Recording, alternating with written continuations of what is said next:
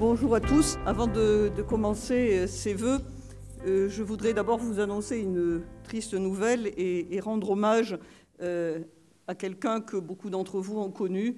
Nous avons appris la mort de Michel Veil, voilà, qui était professeur de littérature chez nous, mais aussi directrice de l'UFR 1 et bien sûr la première femme présidente de notre université. Voilà. Je voulais, alors avant les hommages officiels que bien sûr l'université lui rendra, je voulais simplement, dans ce bâtiment qui est le fruit de son travail, hein, il faut savoir, ce bâtiment, et en particulier le théâtre dans lequel nous sommes, c'est elle qui s'est battue pour que nous les ayons. Et c'est le dernier théâtre qui a été installé dans une université.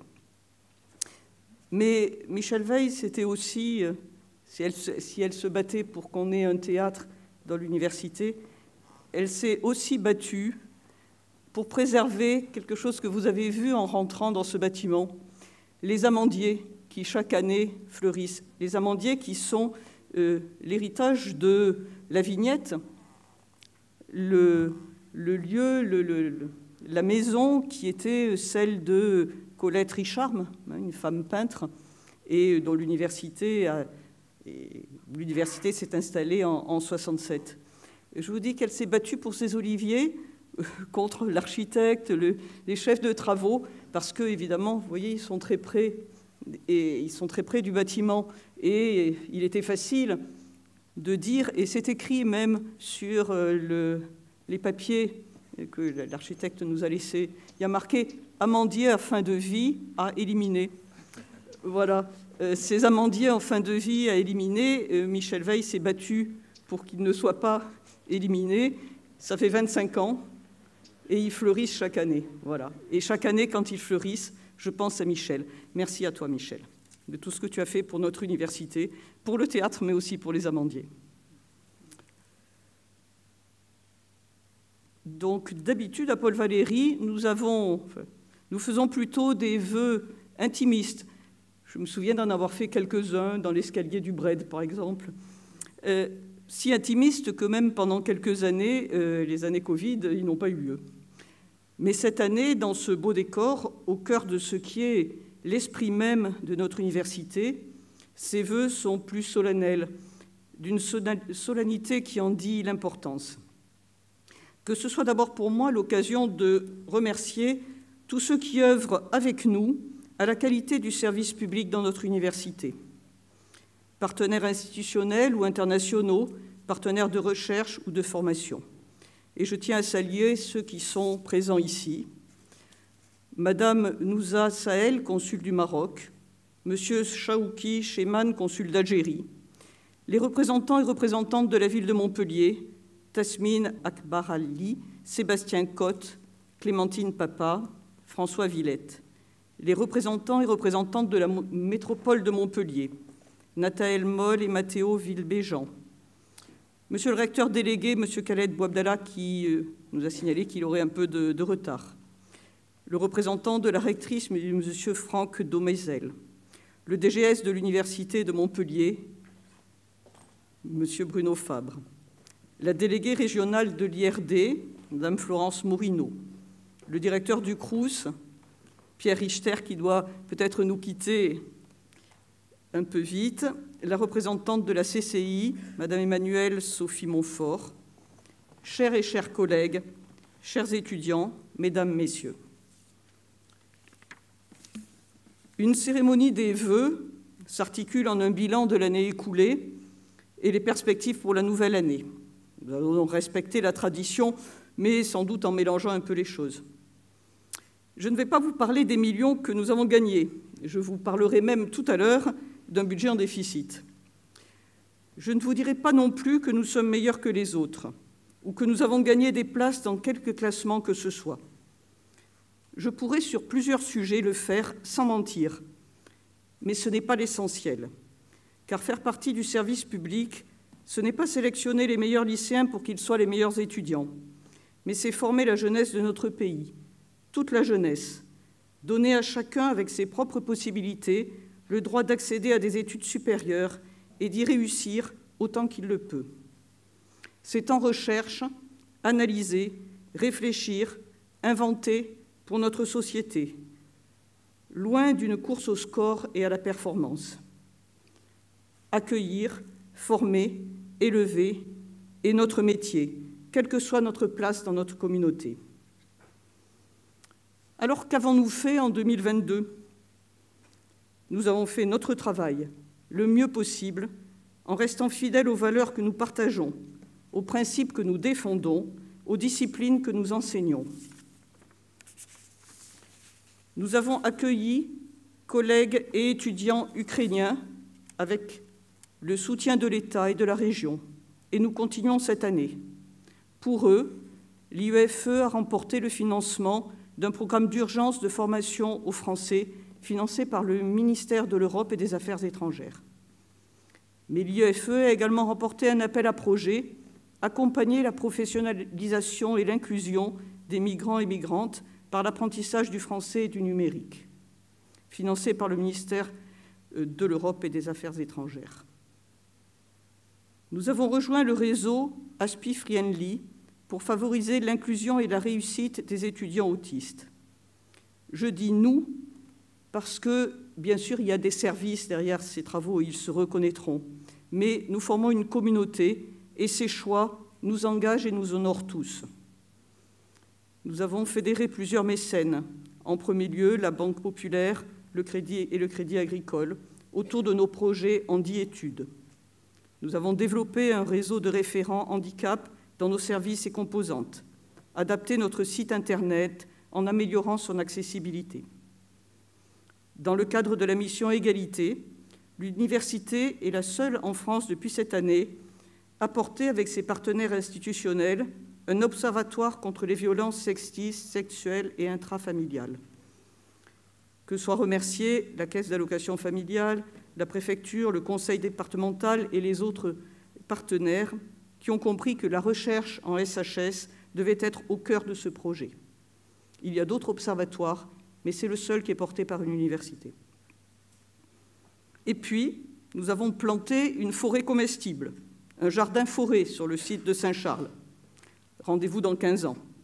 Parce que travailler pour des jeunes et avec eux, c'est avoir la certitude qu'ils ont un avenir et qu'ensemble, nous pouvons l'améliorer. Nous avons aussi obtenu à nouveau les labels DDRS, Bienvenue en France, et FLE pour l'accueil des étudiants étrangers. Nous avons obtenu aussi le label Imprime Vert pour l'imprimerie, Calliope et Certif Région pour la formation continue. L'université a ainsi obtenu, alors pas obligatoirement cette année, mais nous les avons cette année, 13 labels pour la qualité de ses engagements et de ses travaux. Une autre façon de dire la même chose, nous cultivons notre jardin, et pas que notre jardin, et nous le faisons bien. Nous vivons depuis des mois, et même des années, dans un vaste chantier. Mais cette année, enfin, l'Atrium va ouvrir ses portes. Et ce qui est un superbe bâtiment va devenir nôtre et accueillir le cœur battant de notre université, sa bibliothèque. Et je ne dis pas Learning Center, car nul besoin de changer de mot ou de langue pour être fier de notre trésor, nos livres, notre culture, notre héritage, celui que nous avons reçu et celui que nous transmettons. En attendant, le portail Vassarelli, restauré, a retrouvé sa place d'entrée de notre université.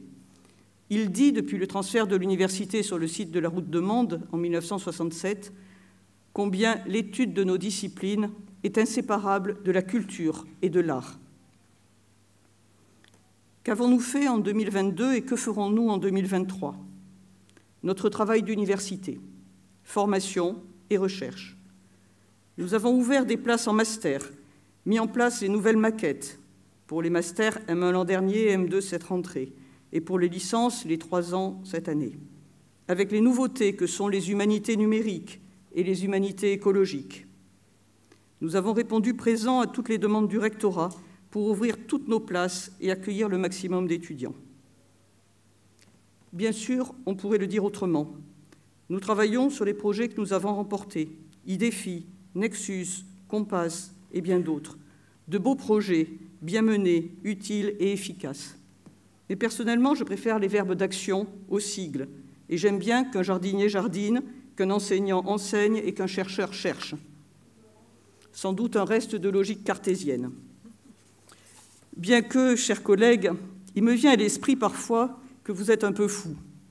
Hier, j'ai passé 2 heures avec la directrice financière et des collègues de l'UFR3. Alors, les autres, ne soyez pas jaloux, parce que j'ai des exemples dans toutes les composantes. C'est juste parce que c'était hier. Pour régler l'imbroglio qu'ils avaient eux-mêmes créé avec l'aide de la région, merci Madame la Présidente Delga, qui subventionne nos étudiants et nos collègues pour mener des missions d'études professionnelles sur le littoral. Superbe projet, sauf que l'État n'a pas encore inventé comment missionner nos étudiants.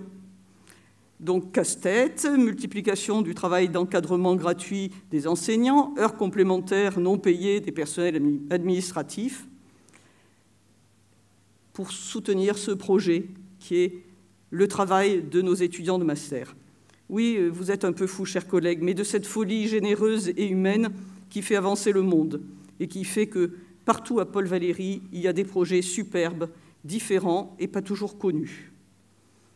Un petit salut au passage à Universic, la première société coopérative d'intérêt collectif portée par l'UFR4, pour qui l'économie est le lieu possible de toutes les solidarités. À la psycho, aux arts, et j'en oublie. Dois-je parler de ceux qui me demandent de réduire les capacités d'accueil pour ensuite prendre plus d'étudiants que ces capacités d'accueil et même finir par voter que l'année prochaine, il n'y aura pas de capacité d'accueil? J'en oublie. Vous êtes un peu fous, chers collègues, un peu, beaucoup et surtout passionnément, et je suis infiniment fière d'être votre présidente. Et la recherche, autre mission de l'université. Reste-t-il du temps pour la recherche entre vos emplois du temps surchargés d'heures complémentaires, la gestion de nos innombrables chargés de cours, que je remercie au passage de venir nous aider, les nombreuses charges administratives? Oui, on fait beaucoup de recherche à Paul Valéry. Je veux saluer l'incroyable vitalité des équipes de recherche de notre université, sur Saint-Charles et route de Mende.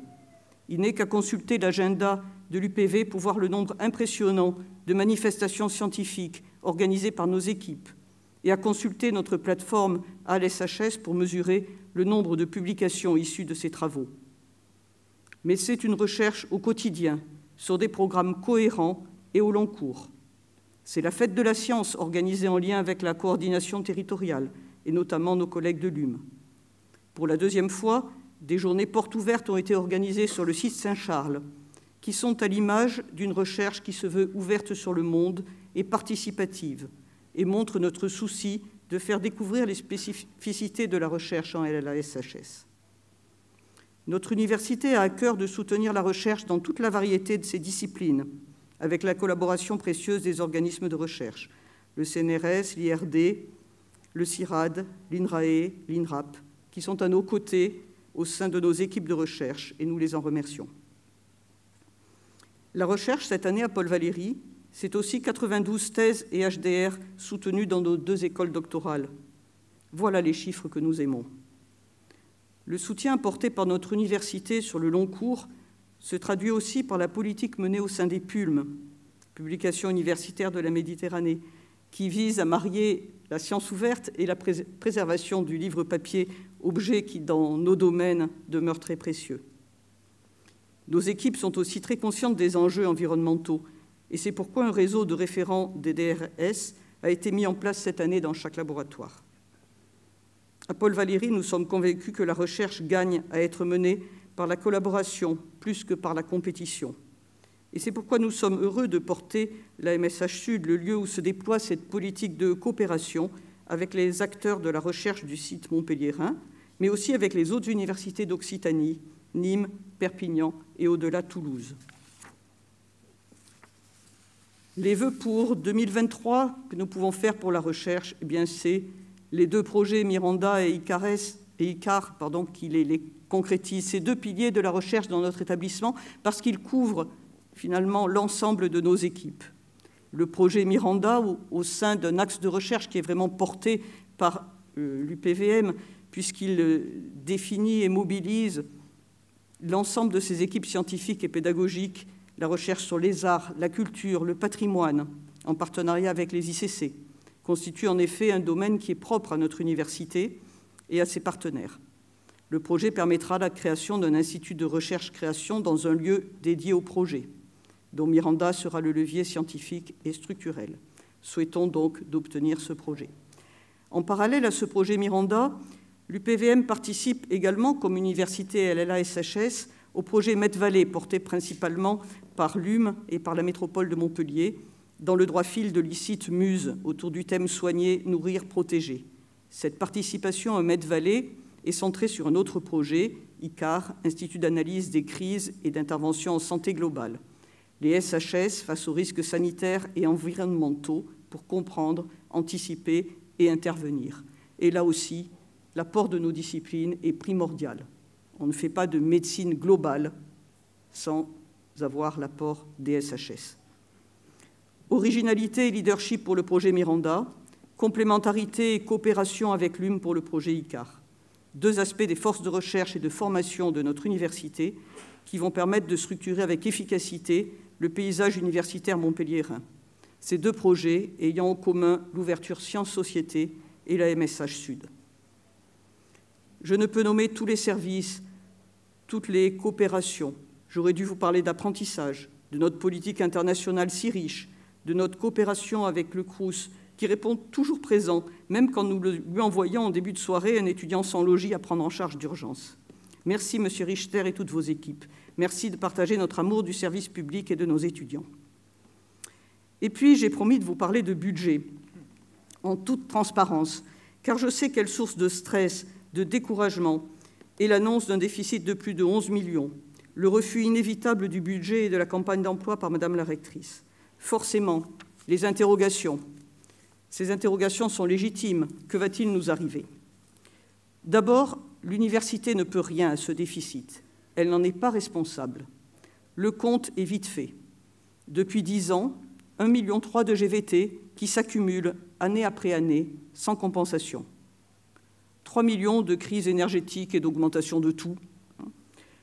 2,8 millions de places master créées et dont le financement annoncé a été retiré en 2022, alors que les cours avaient eu lieu, et supprimé en 2023, alors même que les places sont ouvertes sur la plateforme master.